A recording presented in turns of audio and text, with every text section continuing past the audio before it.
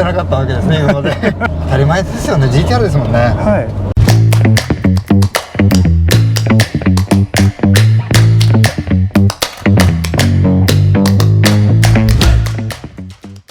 はい、ボーイズ&ウィルズ TV、今日はですね、快晴の中、素敵な車と素敵な小田さんに来ていただきました。お名前は？大沢哲也です。哲也さん、何歳でいらっしゃいますか？58歳です。お、先輩。どちらからいらっしゃいましたか？東京の八王子です。お仕事何されてますか？役員運転手です。役員運転手さん、会社のお偉い方の大きい、黒い車で運転されてる。はい。そしてこちら、車は何でしょうか？スカイライン GTR の V スペックになります。32のGTR です。32の GTR ってやつですね、通称。西暦でいうと1993年です。3年式。はい。すごい GTR がとうとうボーイズ&ウィルズ TV にも登場しましたけど、どれぐらい乗ってらっしゃるんですか？これ買ったのが2000年なのでもう24年になります。そんな乗ってらっしゃる？はい。何オーナー目になるんですか？僕で2人目です。ああ、そうなんですか。はい。買った時はちなみに何万キロぐらい乗ってらっしゃると？1万3000キロぐらいだったと思います。1万3000キロで、ちなみに今は今21万キロ。おお、それぐらい乗ってらっしゃったこの貴重なですね、32の GTR、今日はたっぷりお届けします。愛車遍歴を教えていただけますか？はい。一番最初は乗ったのは日産のパルサー。お N12 っていうやつで、はい、確か58年式ぐらいの赤黒ツートンの3ドア乗ってました。その後は平成2年の90年のスカイラインのこれの32の4ドアのタイプ M。 ああ、なるほど。はい、同じ32の、4枚ドアの GTR じゃなくて、はい、それはなんで4枚に乗ってたんですか？本当はすぐ2ドアの GTR 欲しかったんですけど、はい、パルサー乗ってる時に後ろに乗り降りがしづらいというのが父が言ってて。なるほど。じゃあご両親を乗せるために。はい。まあで4ドアだったらお金も多少協力してもやってもいいよっていう。なるほどなるほど。親孝行といろいろサポートもあって、一旦3人の4枚にして、はい、それからこちらですか？いや、どうしても GTR 欲しくて、はい、で4ドアの GTR って言ったらこれの次の R33 で、はい、ありますね。はい、40周年で4ドアのオーテックバージョンっていうのが出たので、それに乗り換えられて、はい、なんか日産が多いですね。そうですね。もともと父が、はい、このスカイラインの32とかを作ってた村山工場に勤務してたので、ああ、そうですか。家の近所の親戚が箱スカの4ドアの 2000GT に乗ってたね。スカイラインはすごい身近な存在だったんですね。もう完全にスカイライン育ちというか。そうです。なるほどなるほど。はい。それでやっぱり GTR の憧れがあったわけですかね。そうですね。で、なんかレースとかも見てらっしゃったんですか？よくディーラーでビデオではい、なるほど。50勝したのは見てて、いや、懐かしの映像的な。はい、そうですね。ははは。それでやっぱりもう GTR もなんか神的な存在といいますか、そんな感じだったんですね。憧れの存在だったので、子供の頃から乗ってみたいっていうのはずっとありました。そうですよね。どちらでご購入されたんですか？厚木の GTR の専門店が何軒かあって、その中の1軒で。買った時はなかったんですけど、担当の人からしばらくして電話でちょっと変わった3人が入ってきますっていう連絡が来て、少し前とかN1 レース GTR 出てて、ショップで全部エンジンをオーバーホールしてある車が入るかもしれないっていう連絡が来て、1万キロ台なのにオーバーホール。はい。そんななかなかないですよね。そうですね。はい。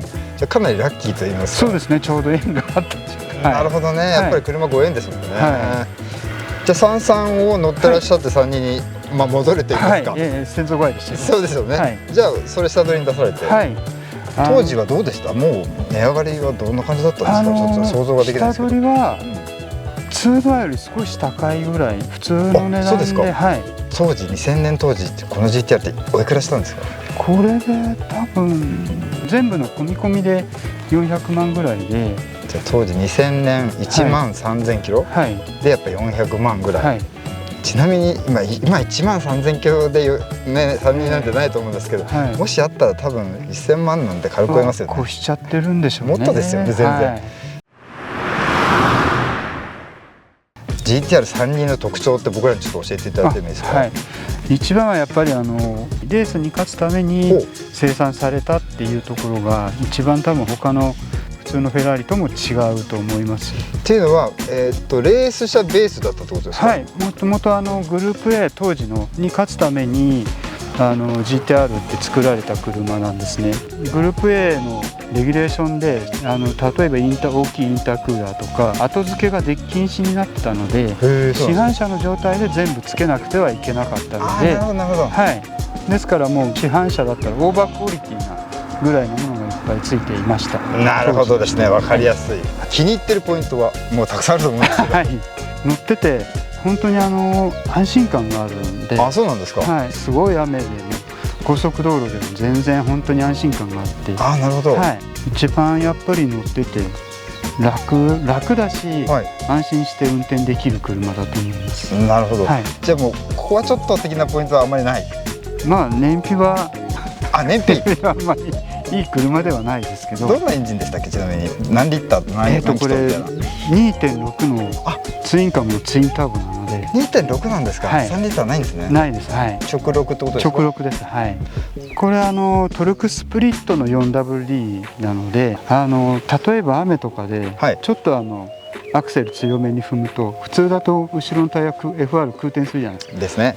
そうするとそのトルクを前に持ってくるので、じゃあまあ当時の最新のトラクションコントロール分散型のコントロールみたいな。そうですね。はい。そんな機能がついてるんですね。それはちょっとそこも安心ですね、だいぶね。はい、そうですね。はい。あとで燃費はちなみにどれぐらいですか。多分街中だと5、6キロ。おお、そんなもんですか。で飛ばさなくても。そうですね。はい。もう普通に走ってても燃料系結構動きます。そうですか。目に見えて減ってっちゃう。なるほど。はい、乗り込みまして人生初の GTR に乗り込んだ司でございます。初めて乗った時の印象って覚えてます？このもうガラスとかの位置とかも全部レーシングカーと同じなので、なるほど、それが一番なんか嬉しかったです。それやっぱり33の4枚ドアとは違った。そうですね。はい。乗る頻度はどれぐらいなんですか？今はもう週末の休みの日に、はい、動かすぐらいなんですけど、前は平日とかも通勤で使ってたので、はいはい、ほぼ毎日動かしてる時もありました。今日哲也さんロケ地に選んでくださったところ、結構ね今ねワインディングといいますか、結構くねくね道といいますか、はい、山道じゃないですか。はい、こういうとこも結構乗ってらっしゃったんですか、昔は。これは今日走ってるとかもう本当に学生時代からの、はい、僕のホームコースなので。ああ、そうなんですか。はい、ですからパルサーから3233でこの車も全部ここは走ってますので。なんか車が似合うためにご自分でダイエットされたんですか？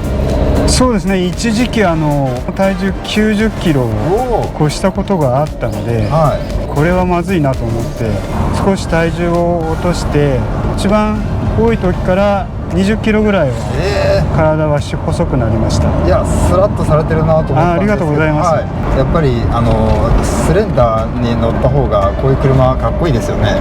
そうですね。なんかGTR せっかく乗るんだったらかっこよく乗りたいなっていうのがあって。わかります。とってもかっこよく乗ってらっしゃるなという印象です。GTR が一番似合う景色といいますか。そうですね。場所ってどんなところだと思います？僕は走らせてて今みたいなワインディングみたいなところとか、すごかったですね。はい、そういうところは一番気持ちよく、はい、3人の GTR は走れると思います。直線というよりもやっぱりコーナリングがいいんですね。そうですね。個人的にはもうこれで高速道路で法定速度で本当に走ってても音とか、ハンドリングとかは楽しいので。じゃあ結構じゃあオールマイティーですね。そうですね。ちょっとだけこうブルッと踏んでもらったらどんな感じなんですか？じゃあちょっと、はい、久しぶりにあんまり無理をしない程度に。わお、なるほど。全然踏んでなかったわけですね、今まで。これでもまだまだ積めますよね。はい、今でまだまだ余裕はありますね。ですよね。はい、結構いい加速するんですね、やっぱり。はい、当たり前ですよね。 GTR ですもんね。はい、だから多分ここで今できると思う。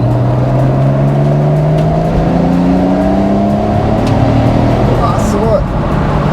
これ今やっぱり肉と四駆のバランスを取りつつ今、登ったんでしょうね。多分今ここにあるトルクメーター動いてると思うので、はい、なんとなく感じました、今後ろだなと思った瞬間、ちょっと前にもトルクが感じたんで、こんな感じです。なるほど、面白いですね、これはちょっと踏みたくなっちゃうというか遊びたくなっちゃう車音がやっぱ変わるんですよね。32の2000、3000近くから音が変わりますので、なるほど、じゃあ結構下の方が、VTEC とは逆で下の方からいろいろ下はもうそれぐらいからトルクは出てくるので、ちなみに高回転も結構面白いんですか？そうですね、面白いですけど、あんまり回しすぎるとエンジンには良くないので、そうですね、僕らも猛ダッシュしたら危ないですもんね車に無理をさせないっていうか、無理をかけないようには運転してます。どういうところでしょうか、それは。たまたま僕仕事が役員運転手なので、基本後ろに乗せる人がリラックスできるような運転をしないといけないので、それをやっぱこの32にも生かして、とにかく発進とかもゆっくり発進したりとか、1速2速であんまり引っ張らないとか、でギアチェンジも丁寧にするとかですね。じゃあかつては、こういう道も、結構やんちゃに走ってたかもしれませんが、今はそういうお仕事のフィードバックもありつつ、丁寧にこういう感じで走ってます。なるほど、